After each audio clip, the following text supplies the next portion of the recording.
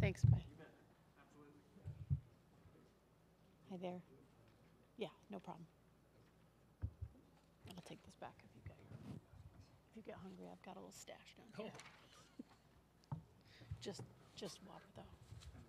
What? It's just water though. Oh, okay. No, I don't want water. I drink enough water. We're going to hold for just a minute. Our student athletes are en route.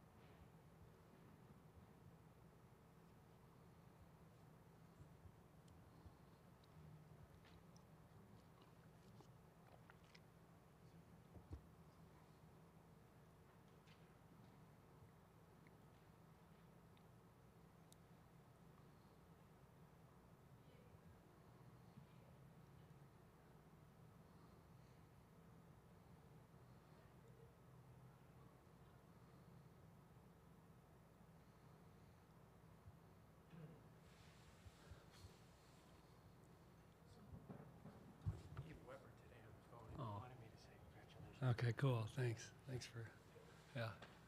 I love Dave. Yeah, no, that's good. Thanks.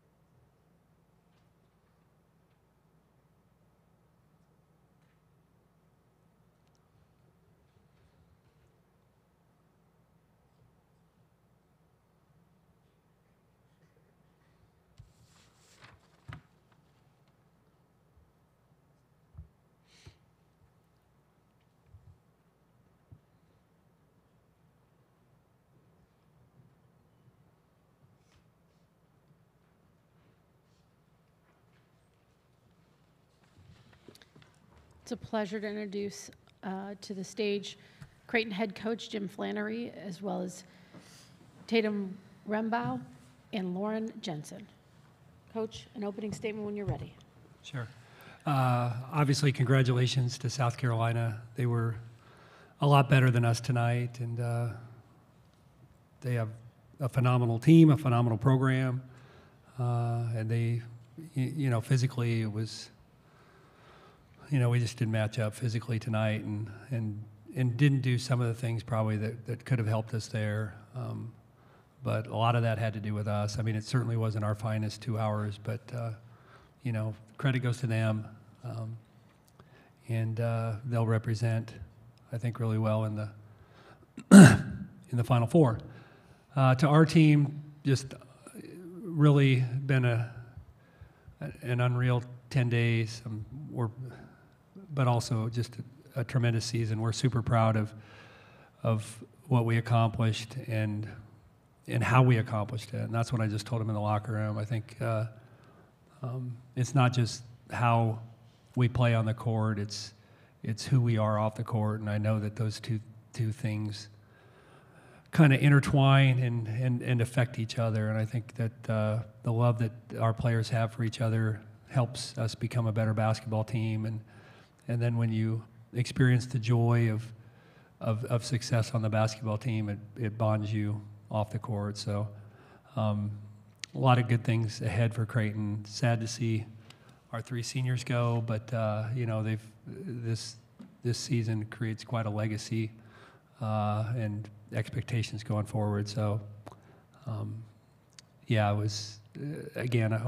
We'll flush tonight and focus on all the great things that we did this year, and particularly in the last 10 days. As a reminder, we'll take questions for our student athletes first. If you have a question, please let us get you the mic. We'll give you give us a name and affiliation, who your question's for. We'll take our first question right down here in the very front.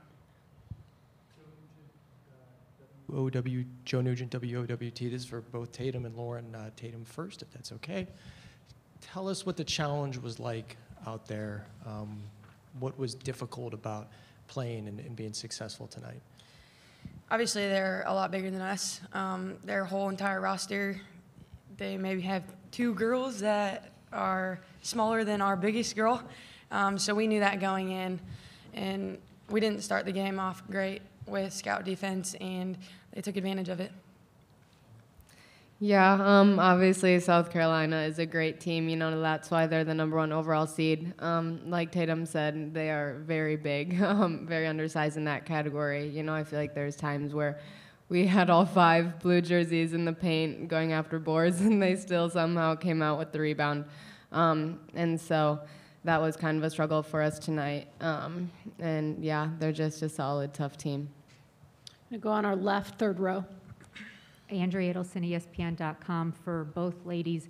What were they doing just to take you guys out of your game from the three-point line, if anything, defensively? I know you guys were held a little bit below your average there.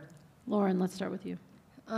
Yeah, I mean, their pressure was really good, especially coming out of the gates. I feel like that was an adjustment for us. You know, we knew it was going to be hard. But they were denying and getting up on everyone. I feel like we settled in a little bit. You know, our second quarter was a little rough there. We went on a big scoring drought, but that was tough for us. Tatum. Yeah, I think just their pressure, and I feel like we missed a couple bunnies early that you could kind of tell that the nerves were there. And so I think once we kind of settled in, it was just knowing who to screen, and I don't think we did a very good job of that. Take our next question from the second row, slightly in the middle. Gabe Ibrahim, Jays 24/7. Tatum, when you and Peyton checked out, I think with like 2 minutes left, you know, I don't know if you noticed, but the entire South Carolina bench was clapping. A lot of fans were clapping. It kind of felt like everyone was trying to give you an ovation on the way out. Just how'd that feel, and you know, how is that going to create a lasting memory for you? It's kind of a numbing feeling. You know, really frustrated, angry that we lost, but also just like really joyful that I got to experience all that I got to experience these last 10 days and these last 5 years. We're going to take our next question from Zoom. Mike, go ahead and give us your name and affiliation and who your question's for. Matt Marinas, White and Blue Review. This is for Tatum. Yeah, obviously, you know, took a gamble coming back this year to kind of write a better ending for yourself. And I just wondered, you know, if you're able to encapsulate all this year has meant to you, especially with the, you know, the unprecedented legacy you're going to leave behind because of this run. Yeah, I think my teammates and I have really just loved every second of this year, celebrating each other, really just getting to live life with each other and coming to practice every single day. There were very few days where every single person didn't show up with a smile on their face. And to be able to do what we did and make it to the Elite Eight, I am so proud of every single person in that locker room. We knew that we were good enough to be here, and we believed that we could be here, and we showed a lot of people that we did deserve to be here. Any last questions for the student athletes? We'll take another one down here. So Molly went down with the leg injury like middle of the first quarter, and then it kind of felt like the floodgates opened up for South Carolina. How'd that change the game for you guys? Go ahead, Lauren. Yeah, you know, Molly is huge for us. She's super tough on defense, and she's great for us on offense as well. And so when she went down with that, you know, that was obviously tough for us. Honestly, even though it looked pretty bad, there wasn't a doubt in my mind that she would probably end up coming back in the game because that's just the type of player is. You know, she's super tough. But yeah, that definitely hurt us there in the second quarter. But thankfully she was able to come back, you know, and then we were able to string together some possessions and stops. Tatum. It really hurt us when she went down. Defensively, she's gritty, she's tough, she gets defensive boards. But like Lauren said, she's the toughest kid I know, and you knew that she was going to come back in the game no matter how much pain she was in, and all the credit to her for that because she didn't give up on us at all. Another question from right down here in the front. I have a question for Lauren. As Flan alluded to, it sets the table for some exciting expectations going forward. Obviously, you guys have a tremendous class. How do you feel like this experience the last 10 days can help for the future of the program? Yeah, it's been a great experience, you know, being able to play in the NCAA tournament and make a deep run. Like you said, you know, we're a young team. Obviously, we're going to miss Tatum's leadership and Peyton and Chloe. It's going to be a tough loss there. But, you know, even though it is tough with this loss and it's going to sting, it's also exciting looking toward the future to see what we can do with this program and how this team can respond for next year because, you know, I know we're probably going to let this one hurt for a little bit, but we'll all be back in the gym soon and be ready for next year. Tatum and Lauren, congratulations on a great season to you and your teammates. You may head back to the locker room. Thank you, guys. Good job. Let's go ahead and open it up for questions for Coach. We're going to start right here, front and center on our left. Aaron Beard with the AP. Aaliyah Boston is such a physical presence. Even when she's not got the ball, she just sort of, I don't know, has her own gravity, I guess, in terms of how you have to defend and have so many bodies around her. How much of an impact do you think she had when, you know, she didn't have a huge line like she did against North Carolina, but she's such a physical presence, especially on the glass? Right, and when you're paying that much attention to her, you're giving up 6 offensive rebounds to Saxton maybe because you have to come off her body or you're you're just in that position. So, yeah, they do a really good job of getting the ball into the middle of the floor, and now you've kind of got an either-or situation on a duck in, and they split our traps. I mean, we didn't do a good job of forming a trap that they couldn't split. And my regret is that we didn't work on it enough in practice. But obviously, when you got one day and you get off the court at whatever time we did, you can't do a lot of live stuff on that middle day. But I thought it was really telling that we weren't where we needed to be. But even if we'd have been better, I don't know. You don't know if it had been that much of a difference maker. I think technically we could have done some things better, but you also don't know how much of a difference that makes because you just don't see that size. I mean, we have a couple practice boys that are probably close, but not quite where she is. But I think it's accumulation of all their bigs. It's not just her. I mean, like I said, Saxton really hurt us. Here hurt us. I mean, they, the other part was we gave up some threes to the shooters in that first half that I thought really hurt us. But yeah, she's tough to deal with. I'm going to come over here, third row on our left. Andrea Adelson with ESPN.com. It's obviously hard to simulate that type of size, even with some of those practice players you might have. Once the game begins and you start to see what those matchups are looking like, how do you even begin to try and adjust or account for that? Well, I yelled at him. Maybe done that before. Yeah, we just seemed a little hesitant. We talked about the angles that we needed to come down to get into a trap, and I just felt like we weren't. We talked about being in a position where we could do it quickly. We had to be off enough to get there, but yeah, I thought we were hesitant. I mean, I should have used more timeouts, but again, we didn't have a lot of prep time, and they'll say, they can say the same thing. I mean, I think we're a reasonably hard team to prepare for on one-day prep, but we didn't get there, and some of it is that it wouldn't have mattered, but I thought we had a better game plan set up than what I witnessed the first half, and that happens sometimes, right? You think you think you've gone over it and told them exactly what they need to do, but again, with one day prep, I just felt like we were a little erratic in terms of our understanding of where we needed to be and how quickly we needed to get into a trap, and And they run enough different things too. It's not always easy to identify that. I thought that was the case as well. But yeah, I thought our defensively we weren't as sharp as we needed to be to give us a chance to kind of stay in the game and kind of maybe get to the point where our offense caught up a little bit. Take our next question from the second row. Coach, so it's just a general question, but how are you going to remember this run? You know, what do you think it means to you? Yeah, it means a lot. I think we had a lot of alums make the trip down here. A lot of them made the trip to Iowa City. I know they had a watch party back in Omaha of alums. So for me, it's about, you know, just seeing how invested everybody who's played for Creighton women's basketball was over the course of his, you know, and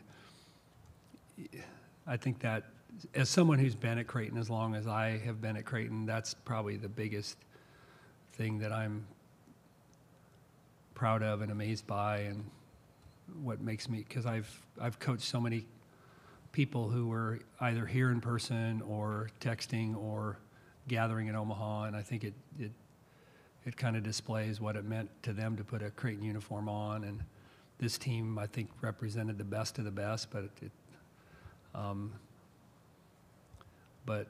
I think you also want to think about all those who came before them, because I think they're a part of that legacy too.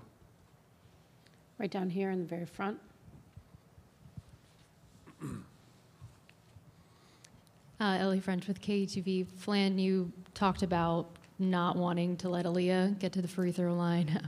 She did quite a bit, and so did Saxton and Henderson. Just why do you think that they were able to get there so much? Sure. Well, I mean, it's a lot of them are second chances where they're just a little bit longer, and you know, when you get a deep post up and you miss, or you know the post on the opposite block misses. I mean, sometimes you're buried underneath the basket, and length and size is difficult. I mean, we didn't do a great job of peeling back. I mean, we talked about, I said we have to have 5 on the glass every single time they shoot the ball, and you know, we weren't as good as we needed to be there too. So it wasn't just our bigs not being maybe quite physical enough at times, but I mean, some of it was just natural height and strength. Some of it was our bigs not being quite physical enough, and some of it was our guards not being quite committed to dropping down and helping as the shot went up. So, yeah. Go back over here, second row, our left. So you mentioned that the expectations change. You know, wanted to know a little bit more about that, how you think the expectations change, and you know, how are you going to replace the seniors that are leaving next year as much as you can? Sure. Well, I think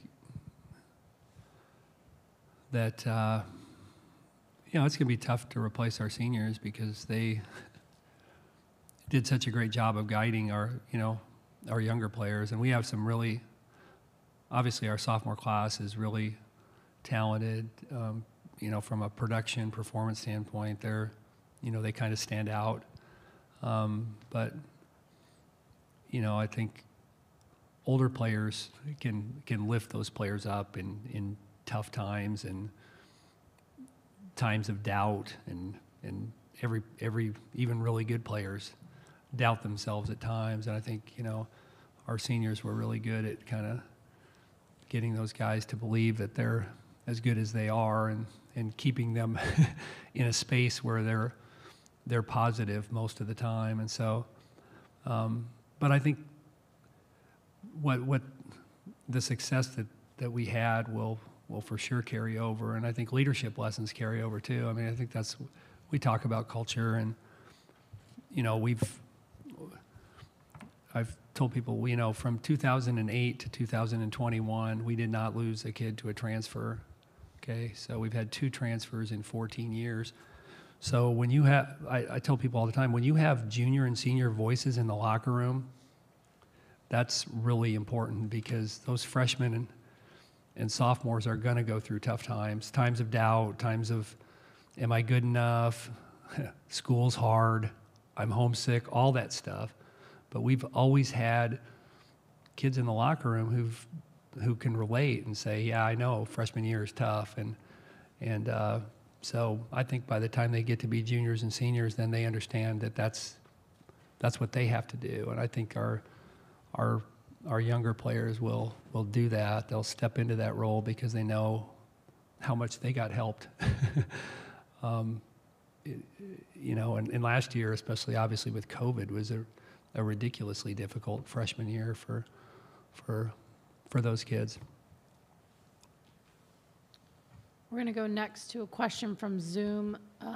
Matt, please feel free to ask your question.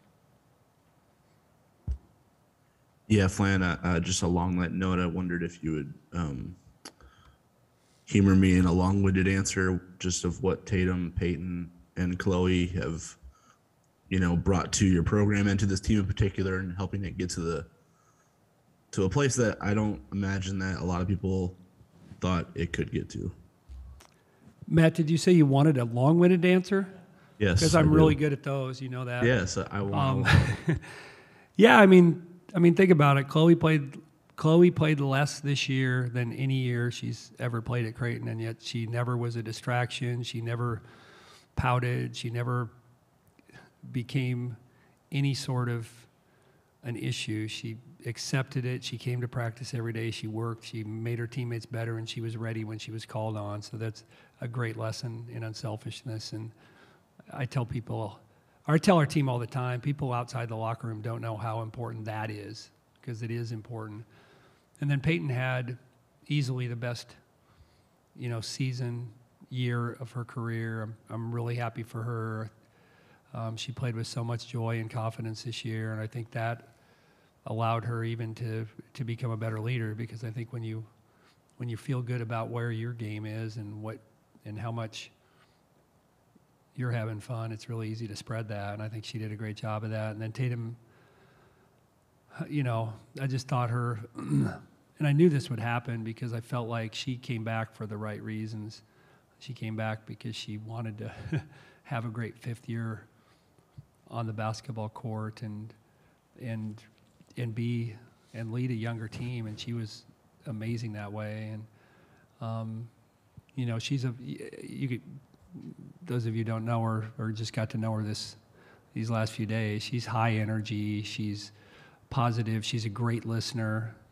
I know that they like to go to her, and so they're all three special, and we're gonna miss them all. That wasn't too bad, was it? No, that was good. Thank you. And on that note, thank you very much. Okay. Thank you, guys. Thanks for being here.